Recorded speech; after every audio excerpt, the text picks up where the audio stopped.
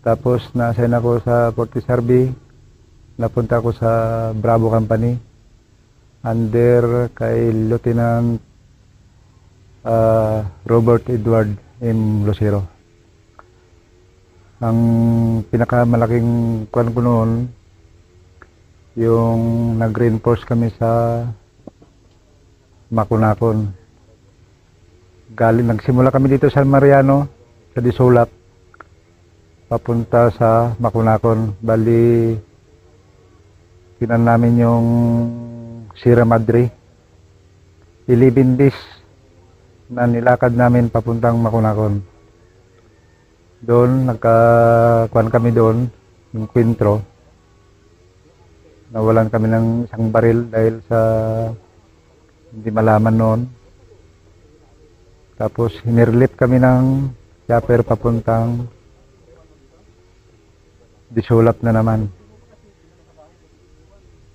Tapos, yung sunod, nawala yung episarar dahil sa kudita. Naging 77 IB kami. Nung 77 IB kami, pasahin kami doon sa Minallo, sa Bila. Sa kadalahilanan na pangyayari, mahirap yung sitwasyon nung naging IB kami. Maraming namatay, maraming nawalan ng baril. Kaya nung 1991 pag-reactivate, bumalik kami sa Pipisarar. Na kami ng reactivate 1991, panahon ni Kapitan pa noon si Captain Dupitas, siyang CEO namin. Tapos nag-test mission kami ng 5th Company. Napasok namin yung hospital ng Calabar. Recover kami ng 2. Umatras kami dahil yung kalaban malaki. 4 yung position nila. Tapos bumalik kami doon sa 501st Brigade sa Kato. After ng kuwan nagkaya kami ng 2 buwan. Bali, nag-operate na naman kami dito sa may Lower Kalinga. Lower Kalinga, na naman kami doon.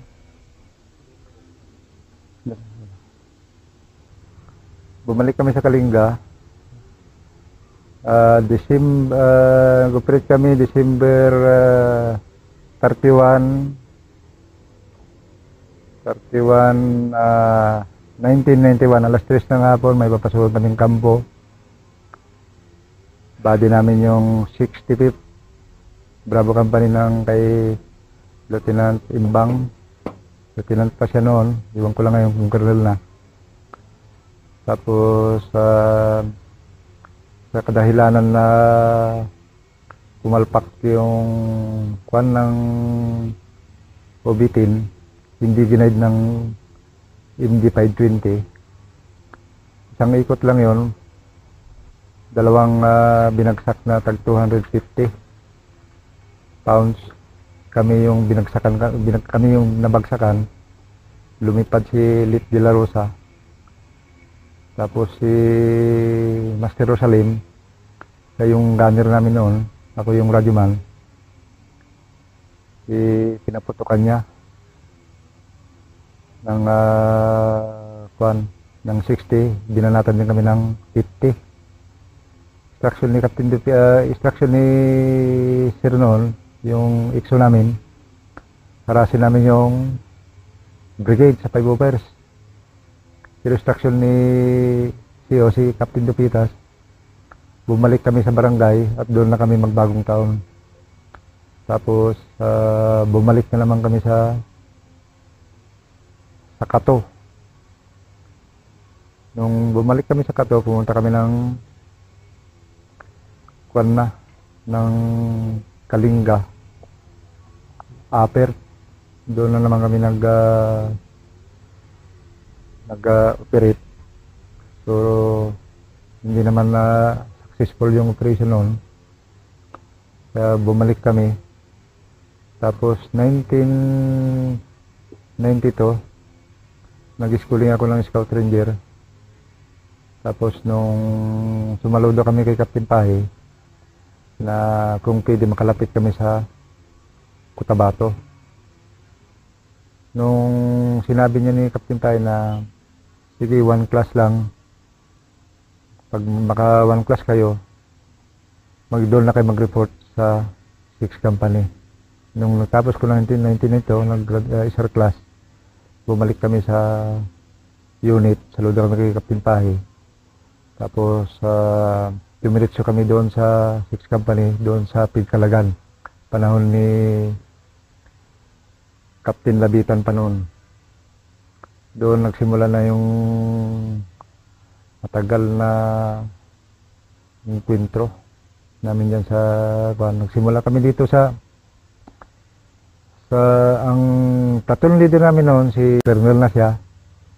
Nagdala siya ng 3 team lang kami.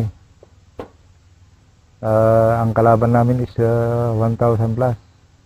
Pero hindi namin nakalain na gano'n pala yung kalaban diyan sa Alyusan. Sa Alyusan kami yung unang pumasok diyan. Siya yung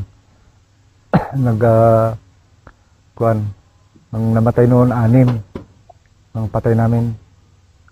Tapos isang survivor sa isang team, si Sardina Corporal Biloria. Yan nandiyan ngayon sa yung Ismincom, Davao. Driver ni CG. Yun ang survivor namin noon. Tapos ang CG ng 6th Division noon, si General Orhilio. Yung matay kami ng 6. Ikaw mo, ano mo raw, ikwento mo raw yun, kung paano ba yun? Ang kwan kasi ni kwan noon, 3 team lang kami, siya yung platoon leader namin. Bali may nagpaputok. Nag-report ngayon yung Kapgo na mayroong kalaban doon. Pinuntahan namin, ako yung gunner noon, pangalawang team. Bali ang kwan noon, lusob ng lusob hanggang nakuha yung mga post nila. Ngayon kay wala mang radyo, yung sa gitna hindi nakasunod. Ngayon ang kalaban is paikot na. Kaya nung sabi ni Commander, nag-withdraw yung leading team, yung pangalawa walang radyo, hindi nag-withdraw, malayo na kasunod. Ngayon nandito kami nakabuntot, malayo din ang agwat. Sabi ng pagkasabi na yung kuman ni withdraw, nag-withdraw na kami. Hindi namin nakalain na wala palang radyo yung sa second team. Kaya yung mga kuan na yon, nakipag-hold the line na. Yung kuan kasi na-wanted na rin yung 60 gunner namin noon. Yung si Galande doon sa team 1. Si PFC Galande, yung 7-8. Yun na yun, nag-withdraw kami. Alas 9 ng gabi, kinakaro namin yung patay namin, na 6. Si Biloria, sumisigaw na doon, na may tama na sa ulo. Dito. Tapos, buhay. Nandiyan ngayon kay... Tapos yun, na ikon namin lahat, kinabukasan, clearing namin yun, yung Mariligaw River. Yung mga patay namin, nadala na sa Awang pagkagabi. Kinabukasan, binalikan namin yung yung kalaban, pisto ng kalaban. Pero ang estimated talaga na kulang-kulang 1,000. Tapos mga 2 days to 3 days, binakit na namin yung area. Kasi wala namang kalaban. Bumalik kami doon sa Pigkalagan. Balik kami sa Pigkalagan. Pero nung time time na yun na doon sa ano, sa Lusan, marami kayo nag-recover doon, no? May kayo nag-recover. Kami ang narecoveran doon. Kayo. 6 na baril kaya di na makaya. Oh. Tapos nung na naman nangyari na naman na dito sa may malapit sa munisipyo sa Alyusan din nagkakuan. Inatake na naman namin yung isang kampo diyan na hindi mapasok ng batalyon ng division ay ng division. Yung panahon na yon na kuan napasok namin pagkatapos wala rin kami na kuan doon nakuha, bumalik kami, pumutok na naman yung Radya Mula na first time na kuan na first time na pumutok yung Radya Mula Dito sa Pikit. sa Pikit. Oh, kami yung pumasok yan, kami nila yung classmate natin si Lieutenant Naparite. Oo. Detalye mo raw, Mit. Detalye mo yung kuha ba? Nung Paano yung napasok? 40 yung nandyan na noon, ang kanyon nandun sa munisipyo, taas. Nag-reinforce kami dyan sa Radya Muda na yan dahil nagkainkwentruhan yung IB, yung isang armor van na simba, na bullseye, matay yung driver niya. Tapos yung isang simba rin, lumipad yung gulong dahil tinamaan ng RPG. Doon kami nag-reinforce na naman hanggang sa nakuha namin yung simba, narecover namin yung simba, hanggang sa nakuha na naman yung mga pistolang kalaban. Yung sa kabilang ilog, Marines yung kabady namin doon, Marines. Tapos nung nagki-clearing na kami, ito si Lieutenant Naparite, kahit noon, line of sight, pakanyon. Di una, okay pa yun yung una. Pero nung nag-short ngayon yung kanyon, yung panglas, ang nasa likuran namin, ang sa likuran namin is tawag yan yun ang nabulsay kasi tinamaan niya yung nyog. Pero kung hindi natamaan yung nyog, malamang siguro 6 company ubos kasi yun talagang target imbis na rin kalaban kaya yung na naman na nangyari na naman yun, 3 o 4 yun na wounded ng 20 IB. Kami pa yung nag-rescue sa kanila kasi nakatulala na sila lalaki ng mga shrapnel. Kami ang nag-proceed, tinulungan namin sila na i-back doon sa awang, diniretso sa Bilona sa awa ng Diyos, buhay naman lahat pero baldado na yung mga na yun. Pagkatapos yun, continuous ang clearing. Yan sa Radya Muda. Pursot. Pero wala kaming nakuha doon. Pero na-clear out naman yung kalaban. Kasi Marine sa kabila, kami yung sa kabila. Bari, kami, ginanon namin siya Tapos ilog na naman dito sa Pikit, yung Pikit River. Yun ang kanyon. Tapos nung na-clear out. Anong taon yun? Bumalik sa Carmen? Paano na yun nung 90? Hindi na siguro, baka 96 siguro yun. 96 siguro yun kasi kami yung unang nagkampo dyan sa Carmen Pero umalis man kagad kayo? Hindi na kami umalis dyan nung nakipagkwal nga kami. Hindi nagdungkap sa Carmen? Basta kami yung unang nagkampo dyan, tapos sumunod. Hindi ko maalala kung anong taon, pero sumunod yung DTU ng Carmen. Camp Edward? Oo. Kasi pinaglaban pa namin yan na kampo, na ipangalan sa kanya. Ang nangyari na naman nag-operate kami ng makilala. Kami nila Lit Lucero. Operate kami ng makilala. Pagbalik namin na kwan, bali ang nangyari kasi doon, ang isto namin si Staff Sergeant Salvador yung 6-8. Di binugbog siya doon sa Carmen na ganon, hindi niya makuan. Pero nung ang kasagsagan talaga na kuan, yung pagpunta namin diyan, mahal na araw. Wibis na malingki na kami ng mga pagkain namin kasi Sabado Gloria magbibits kami. Kami na Captain Lucero sa yung CEO na namin noon eh. Yan naman eh. Nung nagkuan kami doon sa kuan, itong 60 IB under ni Major Pangilinan, patrol doon sa Maridagao River. Ngayon, binumbahan sila ng mortar. Bumawi, ngayon yung 60. Ngayon, nagpa-reinforce si Major Pangilinan. Sabi man ni Little Zero na, sige, kuan tayo. Tawid tayo ng ilog. Ang pagtawid namin ng ilog, kinabukasan, kasi Biyernes yun eh, ng gabi. Nahulog pa nga yung baril namin na isa eh. Ang sinakyan lang namin yung hila-hila na nakawayan.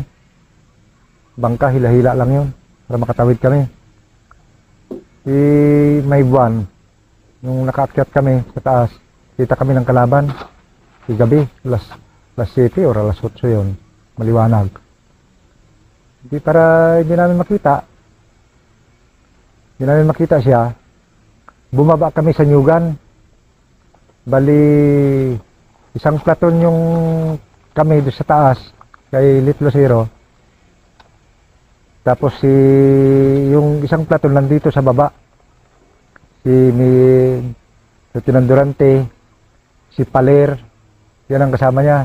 Ang kaplaton namin si Little Zero. Yun. Bali, nagganunan kami. Dito sila Durante, dito kami ni Little Zero sa Kawayanan. Ang cover lang namin mais. Ang kalaban kahuyan.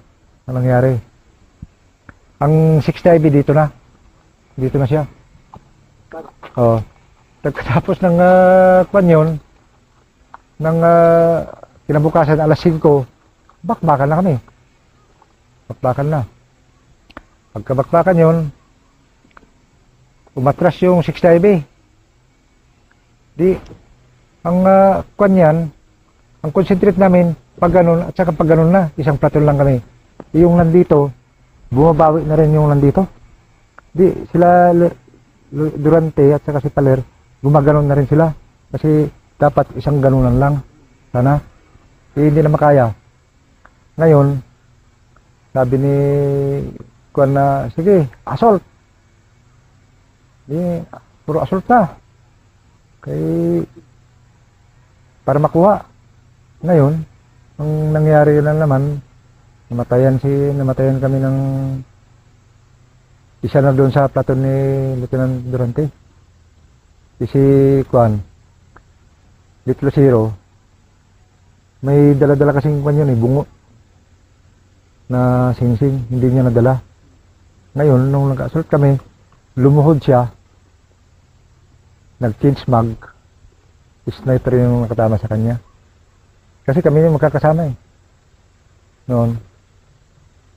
Nung hindi pa alam ng tropa na Kuan, sabi lang namin wanted si... Mga ilang oras yung...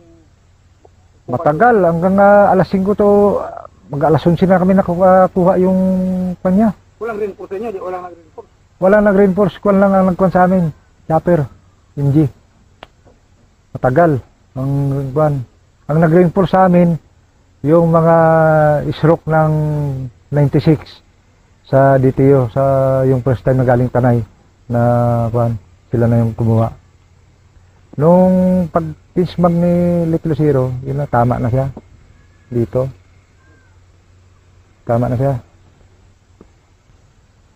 Yun nga. Kuman kami ng yung platoon sergeant namin, nagkuman ng i-recover siya.